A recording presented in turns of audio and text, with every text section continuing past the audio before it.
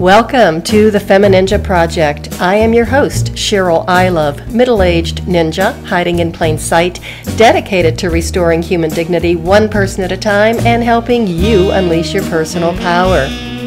Discover that it's possible to look like a woman, act like a lady, move like a ninja, and think like a warrior. And remember, men are always welcome on the FemiNinja Project.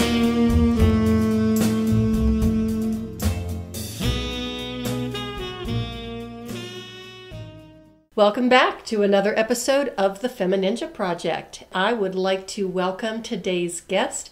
She is truly magical and mystical. She's been on the show before, Mariah Ehlert.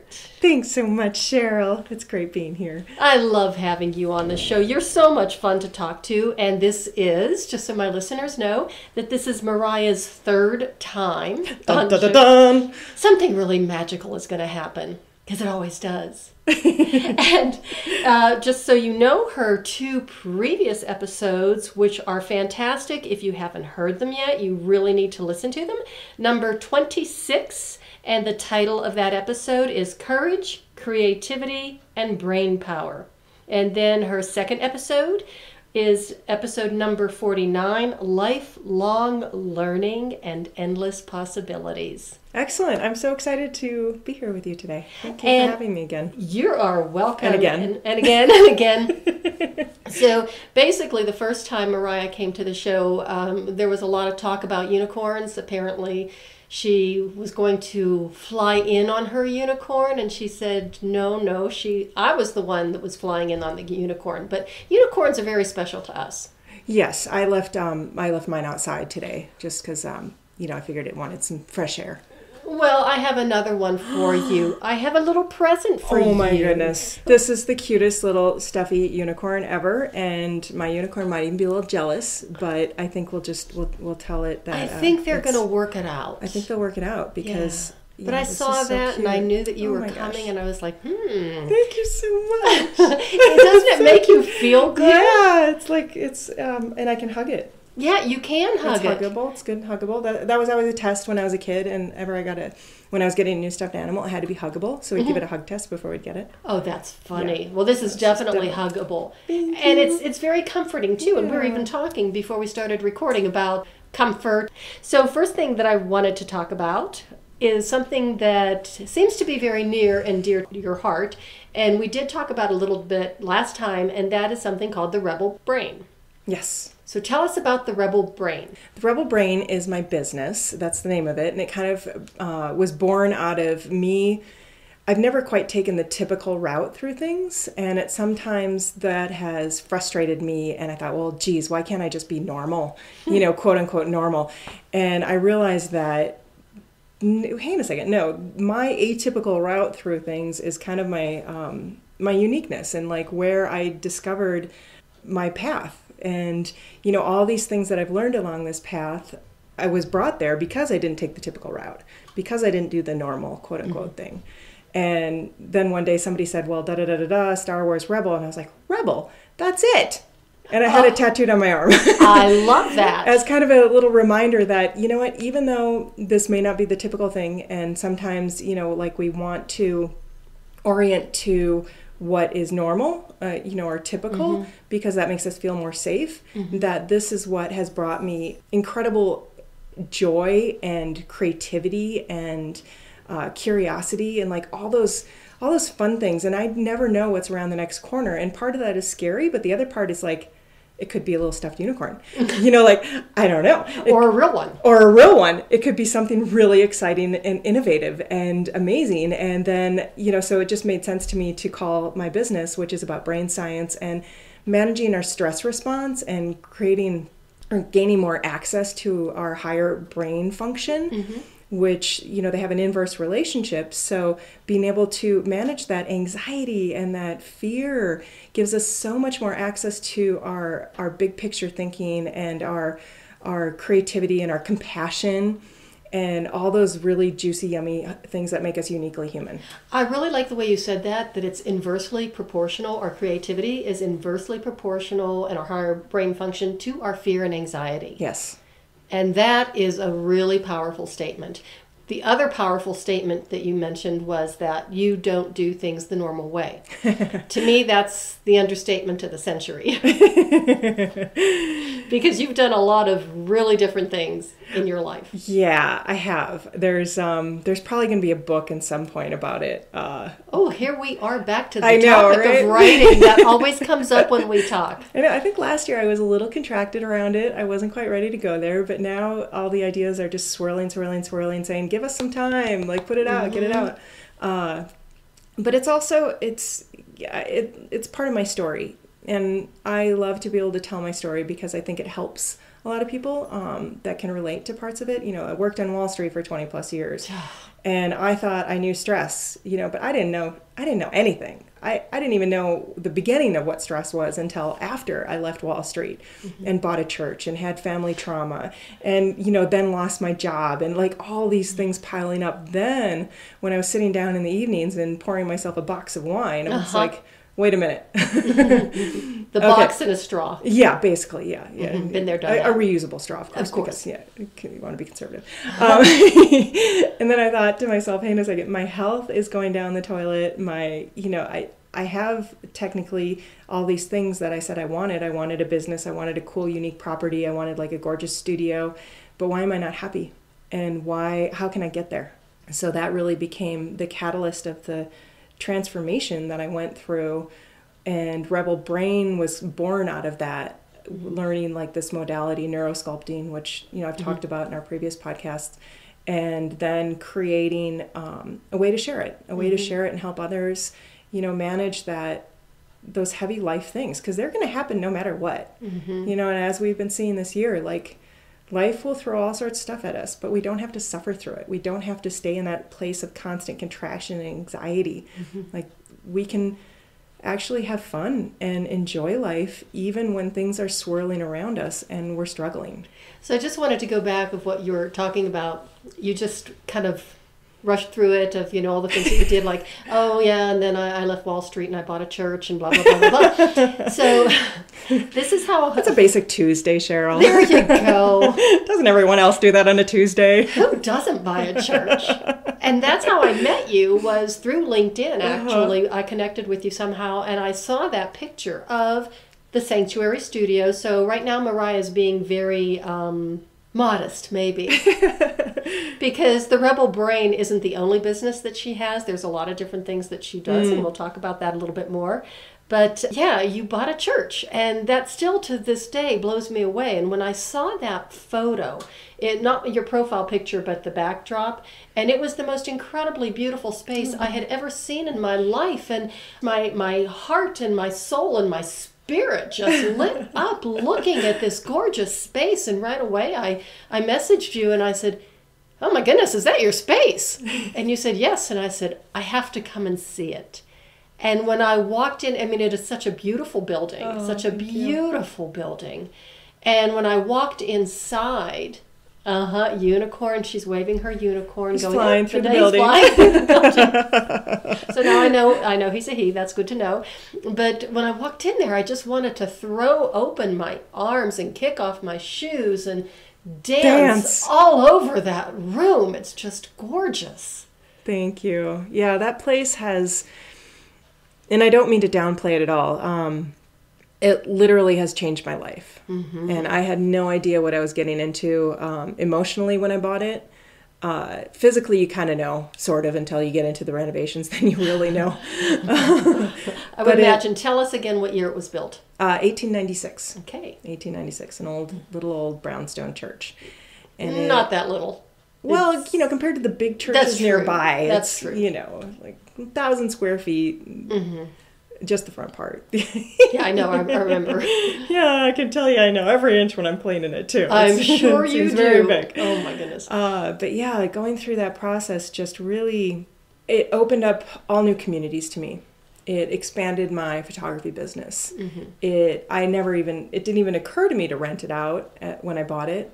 And in doing that and providing it as a rental, I have been exposed to beautiful, beautiful communities and activities and events and workshops that have changed my life on a lot of levels too. Like some of the people, and I'm particular about who I invite in too. I don't let just anyone.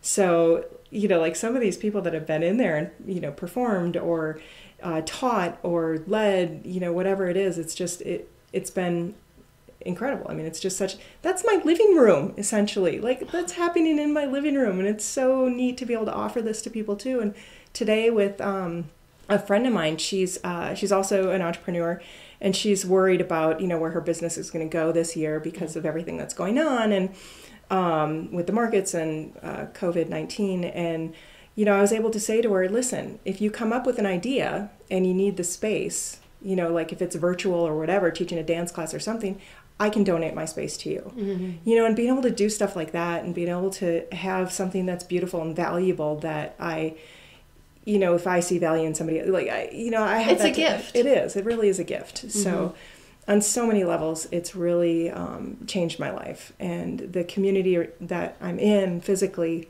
is also just so supportive and helpful and kind and thoughtful. And it's been really great. Well, I've seen some of the pictures and some of the videos and stuff of the dance competitions or performances that you've had there. Classes, ballroom and tango dance. Tango, that's the one. Yeah. Oh my gosh, that was just so absolutely beautiful. Well, and I would think that when your space, your environment really just determines what happens in that space. Do you know what I mean? It's when you go into a space where if it's dark or if it's small or if it's not really that spaces clean, have energy. They really do. Yeah. And what you're doing is you're just feeding positive energy in a positive space that just kind of has exponential. So when you can come dance there? I don't know. I'm really not sure. I don't know.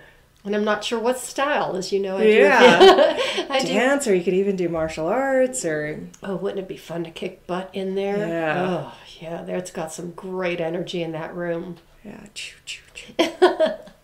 Maybe we can do a FemiNinja night. Yeah. At the Sanctuary Studio. Oh, that would be a blast. Wouldn't that be fun? Yeah, totally. So with your Rebel Brain, of course, you do work with people individually, one-on-one. Uh-huh. And you also do classes and workshops. Yes. And a lot of them, well, I shouldn't say a lot of them. Some of them I notice because I stalk you on social media. Oh, thanks. Oh, you're welcome. You're so sweet. I know. Really. Stalk on. I love stalking people. But when I see some of your posts, a lot of them revolve around brain function, of course. Yes. And food. Yes. And nutrition. Yes. So that is a really huge part of higher brain function. They are absolutely integral. They need one another. You can have the best diet and eat as clean can be with all the recommended whatever even for your specific body type. But if you're not managing that stress, you're still going to get that stress response in your brain, which is going to adjust your hormones. It's going to reallocate resources in your body away from your rest and digest system. So this is going to basically not destroy your health, your eating habit efforts, but you're not going to have that. You're not going to have thriving. You're not going to get to that place where you're thriving and have full health. Whereas the opposite, if you're doing all the meditation and you're basically a little Zen Buddha on a mountaintop, and you've got the super calm thing going down, if you're still eating junk food and not giving your body and your brain the nutrients it needs, it's not going to be able to function to that maximum capacity. It's not even going to be to a half capacity. Like that higher brain it's a diva. It needs super good nutrition. It needs super good sleep, and it's an energy hog. And whereas our stress brain, it doesn't need anything to survive. Give me Twinkies and nothing. Like I'm ready to go. I'll keep you up all night. Ho-hos. We don't need nothing. I'll just stay full on alert. But if that stays full on alert, you don't have access, like that inverse relationship. You don't have access to that higher, more human thinking brain. But nutrition is so important with that. And then there's this whole gut-brain connection where, the health of our gut is directly affecting the health of our brain. So if you're thinking like mood disorders or, brain fog or, any one of those, it really And the nutrients also going into, if you want to get into the details of like the nerve cell, the importance of protein and fat, carbohydrates.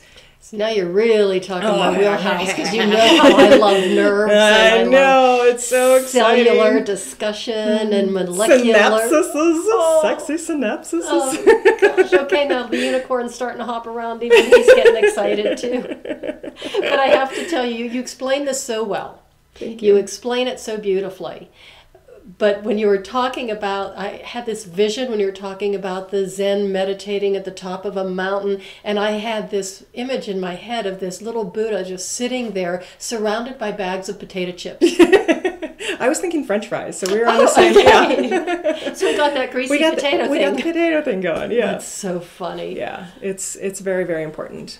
And so there's rarely a discussion or a class or a workshop that I give where nutrition does not play into that, because it is so important. They're so connected, and you can't have one without the other if you want optimal health and brain function. So describe like what a typical either class or a workshop would be like. What would people experience?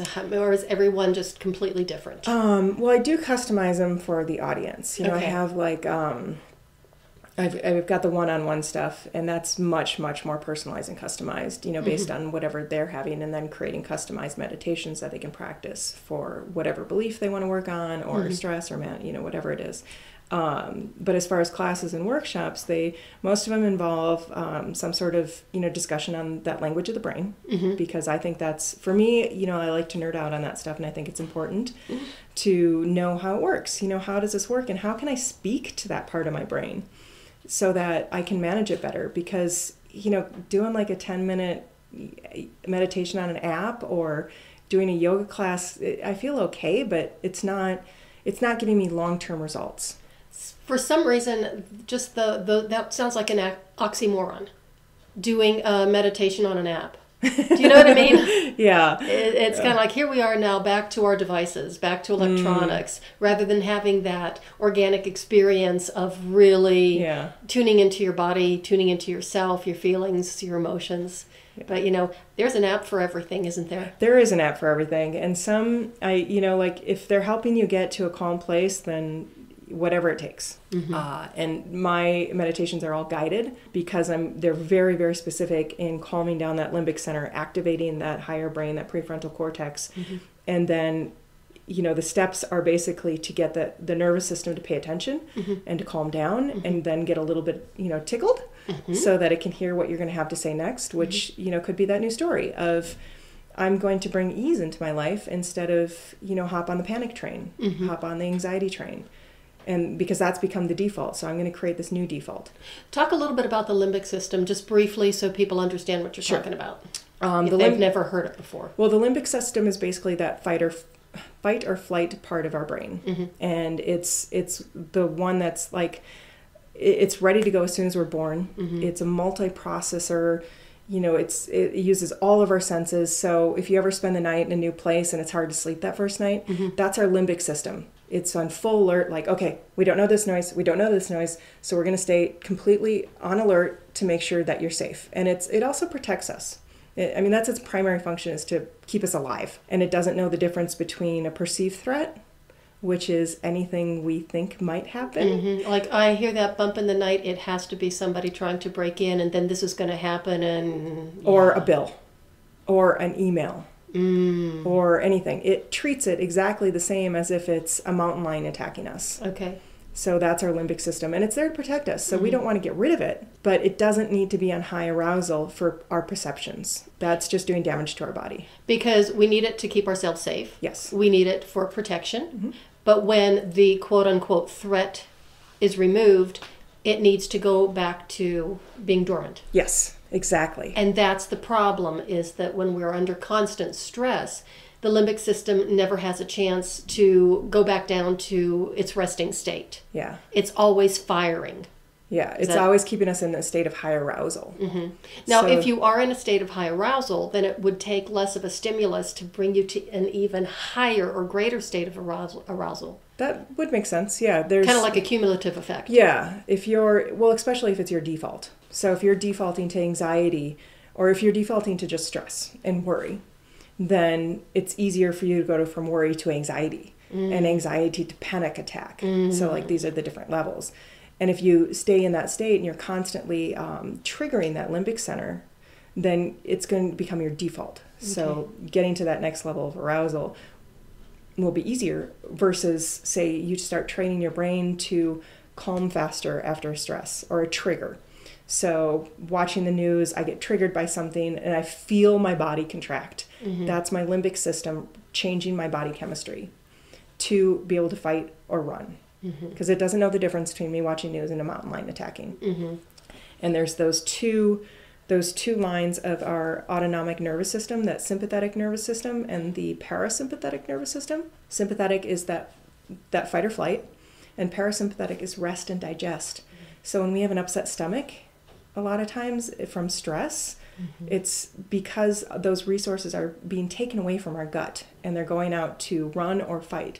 Because we don't have time to digest food if we're like being attacked by a bill or the TV or like our brain doesn't know the difference. So understanding to be able to get to that rest and digest place is so vital for our health. I like the way that you say explain how it changes the body chemistry, because I think sometimes we don't really think about it that way. We think, okay, we're stressed. There's reasons why I'm being stressed. It's okay because this bill is coming at me or the email. And you don't realize what's happening actually in your body chemistry, the hormones on a cellular level, and how that's interrupting not only your brain function, but your general health as well. Yes. Yeah, and that's why it's so dangerous when stress becomes chronic, because then that's when we run into chronic illness and disease and autoimmune issues and chronic pain, and that becomes our default, and we become so used to it that that's how people die from stress, basically. Well, and that's when you've got the stress is causing a lot of these immune disorders or these diseases and these conditions, which what that does, it ratchets up your stress levels anyway. So you've got this incredible snowball like rolling down a hill, and it's just self-perpetuating. Yeah. So if you can stop that train, stop that snowball, and start reversing it, and starting to get deeper into the parasympathetic state instead of the sympathetic nervous system. Yeah. So in theory, this sounds like pretty easy to do. In theory. Actually, it is pretty easy to do. There are some things you can do in the moment. My absolute favorite thing is shaking. And it sounds like the weirdest thing to do, but just doing a full body shake. And what that can do is I used that when I was having horrible nightmares. Ooh. And it was enough to just do a full body shake laying in my bed, like as much as I could for a good 30, 60 seconds or so, to break that pattern that my brain was, that like loop I was stuck in of that horrible nightmare, and then just thinking how horrible it was, and then thinking about how horrible I was thinking it was. And now I can't go back to sleep because I'm going to go back into that nightmare. It's going to be even worse and even more horrible. Yeah. And so why, I'm not even going to sleep. Yeah. And then my brain is also on high arousal because it thinks something is wrong and I'm under attack. So there's those two things. So shaking also physically moves it out of the body. Any kind of movement, I would think, would help. Yeah, dancing or vagal toning is also really good. Any sort of humming or gargling, or I like those practices too to almost prep ourselves how to relax. So just touch on the vagal toning. So there's this vagus nerve, and I think vagus is Latin-based for wandering, because it kind of wanders and works into all of our organs. So the more we can do vagal toning, so for example, take a long, slow breath. When we inhale and then slowly exhale, which is in a lot of meditation practices and yoga and, all those things that we tend to think about as calming, and for a reason. Grounding. Because when we're doing that long exhale, it's signaling to our body that we're okay. It's safe enough to breathe slow. So we can kind of reverse that snowball with these little tricks. Because when you are in that sympathetic nervous system, the breath is short and rapid and shallow. Because we gotta run. Yeah, you gotta save yourself. That bill has got legs and it's catching up with you. It's gonna get you. And it's a piece of paper. Let's not even get me started on that email coming at you at cyber speed. Exactly. So it's really funny. I mean, in today's society, we really don't have tigers and mountain lions and all these things leaping at us at a moment's notice. We've got news. We do. We've got news. We've got social media. We've 24/7 traffic. We have basically 24/7 is a great way to put it. We have 24/7 access to high stress. We can access that stress anytime we want, any place we want. And the more we do that, the more we go limbic, just to make it into a verb, we're lowering our immune systems at the same time, because those like that chemical reaction in our body, the adrenaline, the cortisol, and the reallocation of all those resources, the blood, glucose, oxygen, is lowering our immune system, because it's like we don't have time to fight this. There's a mountain lion attacking us. Right. So that's part of the reason it's so crucial to not just our mental health but our physical health, that we calm that down so we can stay as healthy as possible for our families, for our work, for our mental health, our longevity, our joy. Yeah. I mean, in the end, if we don't have to worry about being sick and in pain all the time, that joy level is going to go up. And that's my big mission, is to crank up the joy level. Crank up the joy volume. Bring it up, make it loud. Well, you do a pretty good job of that, I think. Thanks. But it's interesting. I got a new buddy now to help me out here, my little unicorn. Are you going to name him? I got to come up with a name. You'll come up with it probably at 3 o'clock in the morning. And, probably, yeah. Yeah, make sure you text me. Let me know. Although my phone is never anywhere near my bed. It's usually in the kitchen, and that's where it's... Oh, you're so good. That's so good. Well, no, I can't do it. I mean, my husband was out of town for a couple of days, and before I went to bed, I was sitting on the couch with the dogs, with no television, no radio. A book? Not even a book. Just quiet silence. Just quiet silence, and listening to the, your own thoughts? My own thoughts, the rhythm of my body, the feel beautiful. of my dogs underneath my hands as I was stroking their beautiful, soft little necks. And I thought, okay, now I'm ready to go to sleep or go to bed. Yeah. And I fell asleep boom, really quickly. And didn't Talk about parasympathetic. I got into it. Ooh. Didn't even take any drugs or alcohol. All it took was an Italian Greyhound and silence. Well, 3 Italian Greyhounds and silence. Silence is beautiful. It is. And I think that we're not appreciating the value of silence because of the 24/7 constant chatter and noise. Constant chatter, and sometimes you just have to shut it up. But when you're always exposed to it, even when you do turn it off, sometimes it's still, you have that little residual, those little... Yeah, and I think, too, I've noticed this with some clients where it takes practice to get used to that silence, because we're so not used to it. So it's like little baby steps. Like, it's okay. Just take a little bit at a time, and you'll get there. And then once you're there, you have the experience you did, where you can fully relax, you can fully be in the present, you can feel your body. And what I mean by feel is all the different senses: taste, smell, touch. And sometimes those are even good to think about when you're having trouble, when you are struggling and you feel like you're getting a little too stressed, a little too limbic, is to touch something that's soft. That tactile sense. Yeah, or taste, or really think about what the flavor is, or think about a flavor. Or a smell. Or a smell, or any of those senses can really help bring us back to the present moment and calm us down from, wait a minute, that was a perception, it's over there, I'm here right now. I'm petting my little fluffy unicorn, and it feels super soft, and I'm okay, I'm safe. I'm safe right now. And when you do that and bring yourself back to that parasympathetic state, and you do practice incorporating all of your senses, I have to bring in the ninja. Okay. We need a ninja unicorn now. Oh God, I can only find one. Okay, I'm going to be on the lookout for Operation. that. New mission. We've got a new project, but that keeps you safe. When you can really integrate all of your senses and train your senses, then you're a lot safer out in the world. Because you're using everything, instead of having all of your attention and your focus on that little, device in your hand, your cell phone, which drives me crazy. I think that's one of the things that makes us so unsafe. And another thing that helps dull our senses is that we're so connected with that, we're not paying attention not only to our environment, the world around us, we're not paying attention to what we can hear, what we can smell, what we can taste, what we can feel.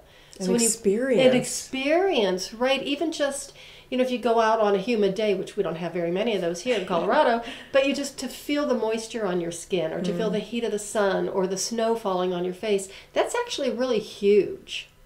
And you're just communing, I guess, with nature and communing with your environment. So you're keeping yourself safe as well as taking you to a higher level of brain function and healing. Exactly. It's a very healing space. And that's part of what that parasympathetic system does, is heal. It heals us. It brings, our brains need a break just as much as our bodies need a break. We can't do like crazy hard workouts every day. Like the muscles need that rest to really grow. And the same is for our brain. Our brains need that downtime. And some of my most brilliant ideas, because they're not all super brilliant.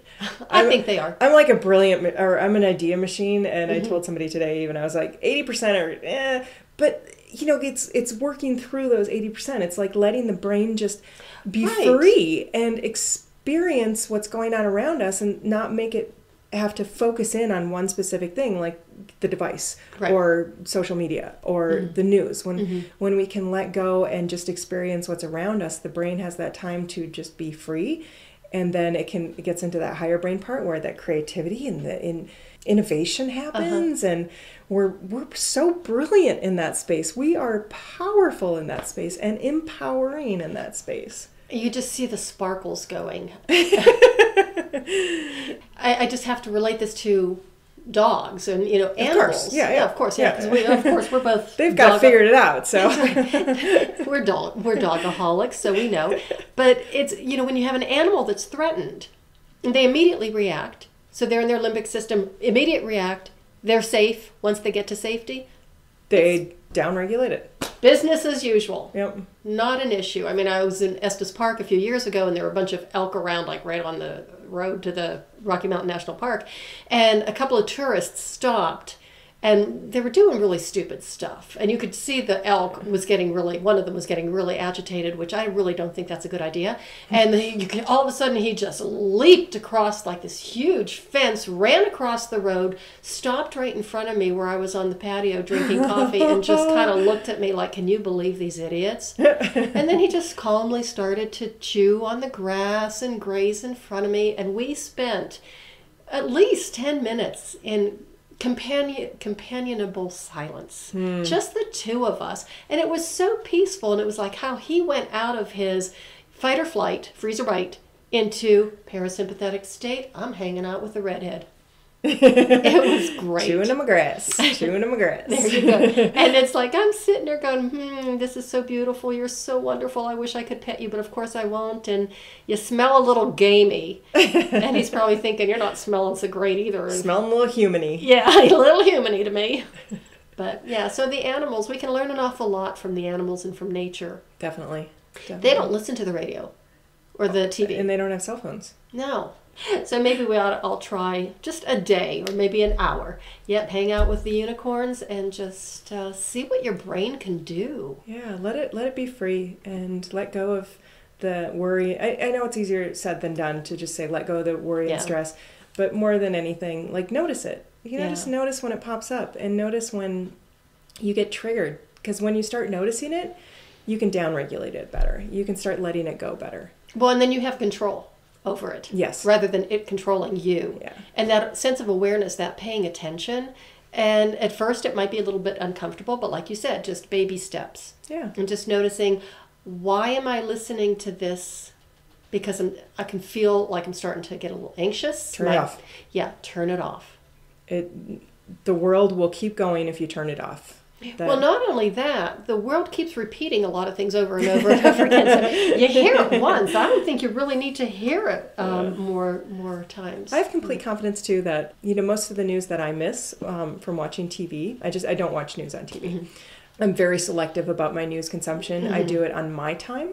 I don't let it come to me, so I don't have like alerts on my phone or radio or anything like that that goes with constant news. So when I'm ready and I'm in a good place to receive news, which is, a certain time of day, I'll go and I'll look up the news and I'll find out what's going on. I'll get updated and then I turn it off. Because I know if I listen to news before I go to bed, I'm not going to sleep well. Right.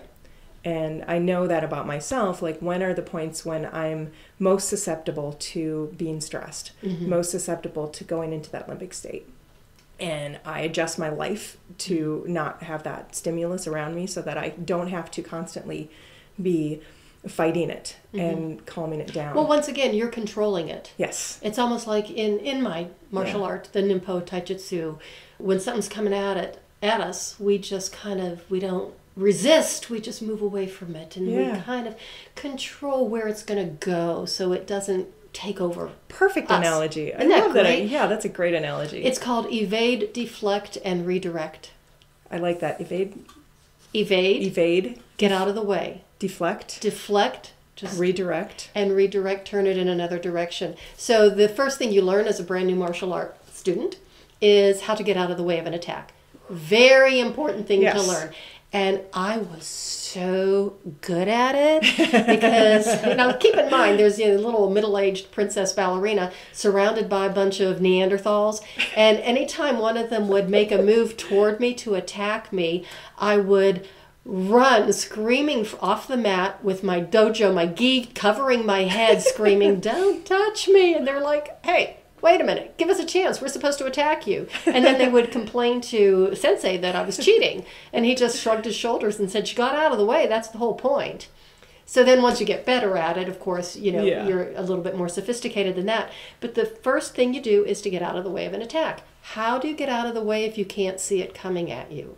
That ties into the awareness that you were talking about. Yeah, that's good. And that's part of, also part of how struggle is going to happen. Life is going to throw stuff at us. It's going to have those attackers in many different forms, and we can evade that. We can still we can't avoid it, but we can prime our bodies to react differently to it. And that's what we talk about is, we can't avoid it sometimes. It's acceptance versus resistance. So, if you see this attack coming at you and you brace down there, "Oh, I'm going to fight this off," blah, blah, blah. No, most of the time you're going to lose. But if you can see it coming and you can kind of get out of the way just a little bit and accept this is happening to me, it's okay. I just got a hit and now I'm going to maybe just try and deflect it a little bit so it's not going to harm me so much. So that's where the second part comes in, the deflect. Yeah, that's perfect. So that's the stress is coming at me and I can either contract fully. Yes. And get more anxious. Yes. Or even go into full-on panic attack. Or I can say, okay, this thing is coming at me. What can I do about it? What tools do you have? What tools do I have to manage this thing that's in front of me? Do I need to go shake? Do I need to turn off something? Do I need to go for a walk? Do I need to ask for help? Do I need to reach out to my community? And get creative about it, because the more you get creative about it, that's that ninja move. Like, you know what? I'm not even going to be worried about this hit coming at me because... I wish people could see you moving on your chair right now because you really have this figured out. Because I'm going to get really curious about how I can move around this. Absolutely. And maybe I can even change it into something good. Like, I don't know, create a new business around this, or find a way to help somebody else that might be going through this as well. Or who knows, there's so much potential in stuff coming at us. It may seem scary and horrible, but we can turn it into something completely different. That is the third part, the redirect. Boom! You got it all figured out, girlfriend. You are a ninja. A unicorn carrying, unicorn riding ninja. Sparkle toes. I know. Really. But yeah, that's basically it, is we know life is full of hits. But if we're always on the alert, it's coming, it's coming, it's coming, and it's, even like today, what's going on in the news and in the world and stuff with COVID-19, and everybody clearing out the shelves with toilet paper. And I find that really amazing. And, you know, my husband said, I've got to go and see if there really is no toilet paper. And I said, well, what difference does it make? Well, I just want to see. And I said, I think we have enough at home. There's only 2 of us. We'll be fine. It's okay. But it's just really interesting what's going on. Yeah, it is. It is fascinating, and it's not healthy. No, it isn't healthy, because it's this global this global fear, which, you know, we're social creatures, so Right.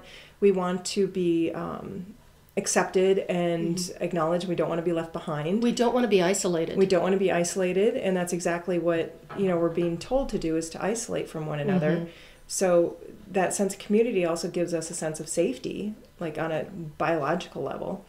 And so it's tricky, and this is part of what I'm offering recently too, is just this helping calm this sense of fear and not getting caught up in that collective fear and buying all the toilet paper or whatever it is. I'm sure if it wasn't toilet paper, somebody else would have fixated on, you know, one thing, like collectively, and then somebody else hears about it, and so we all go buy Q-tips. I don't know. Yeah, and I just don't think that the toilet paper would make me feel better. Yeah, and it's calming, being able to calm.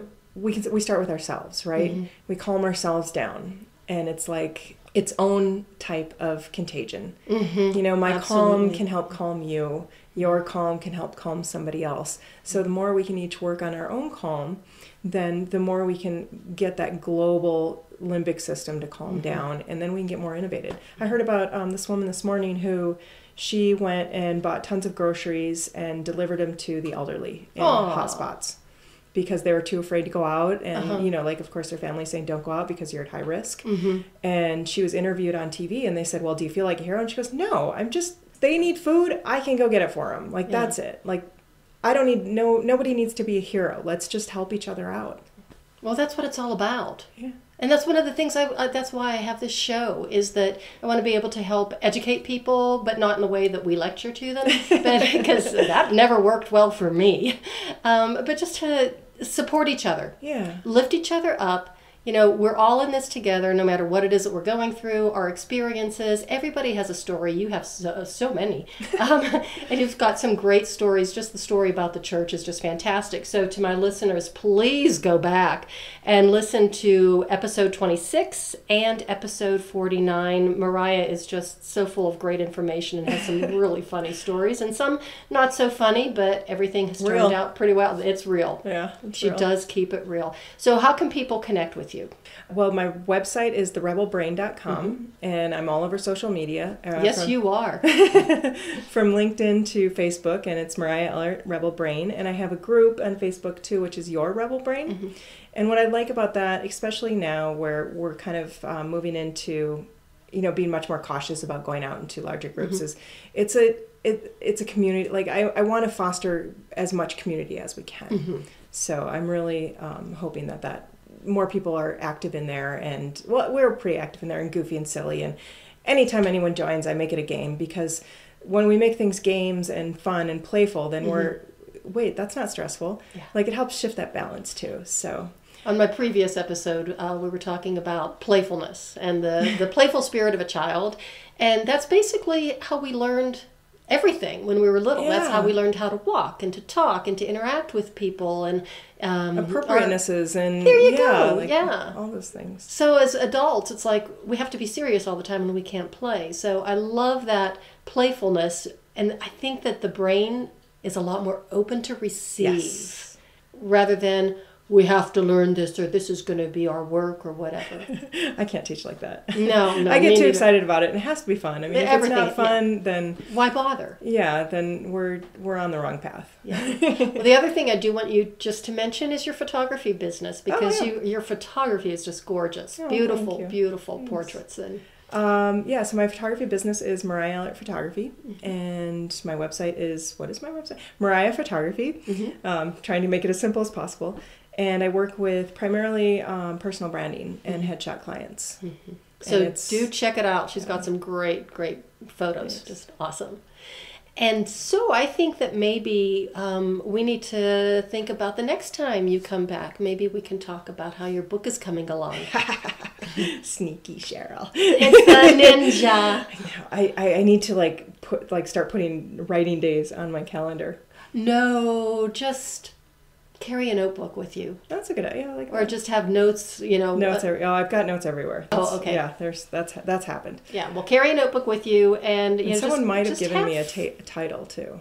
Ooh. Yeah, a mentor said, I have a title for your book. I'm like, what book?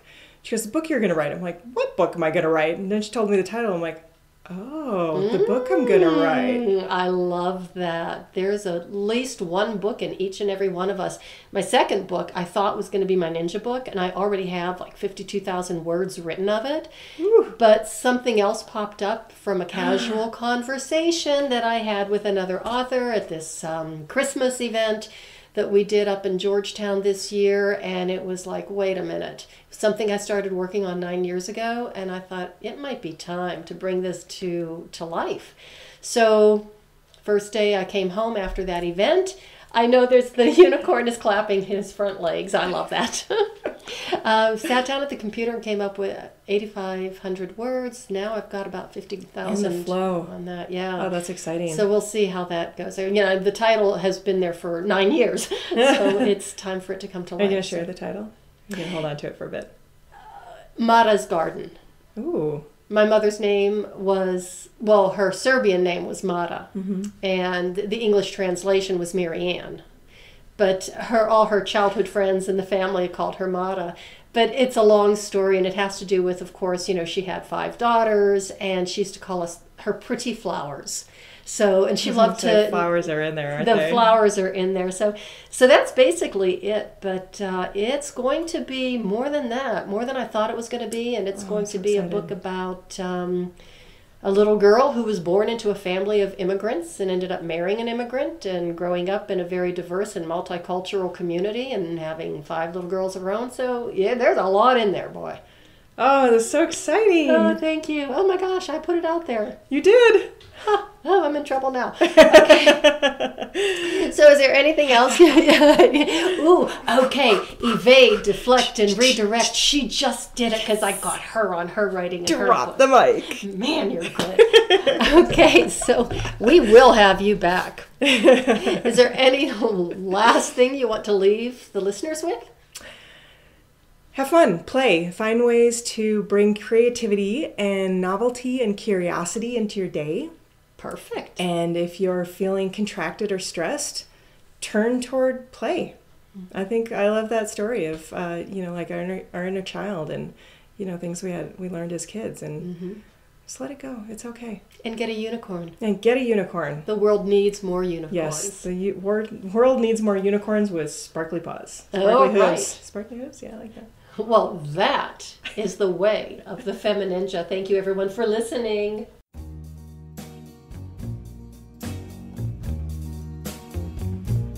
And that's a wrap on another episode of the FemiNinja Project. Thank you so much for listening. And remember, be safe, be strong, and until next time, bye now.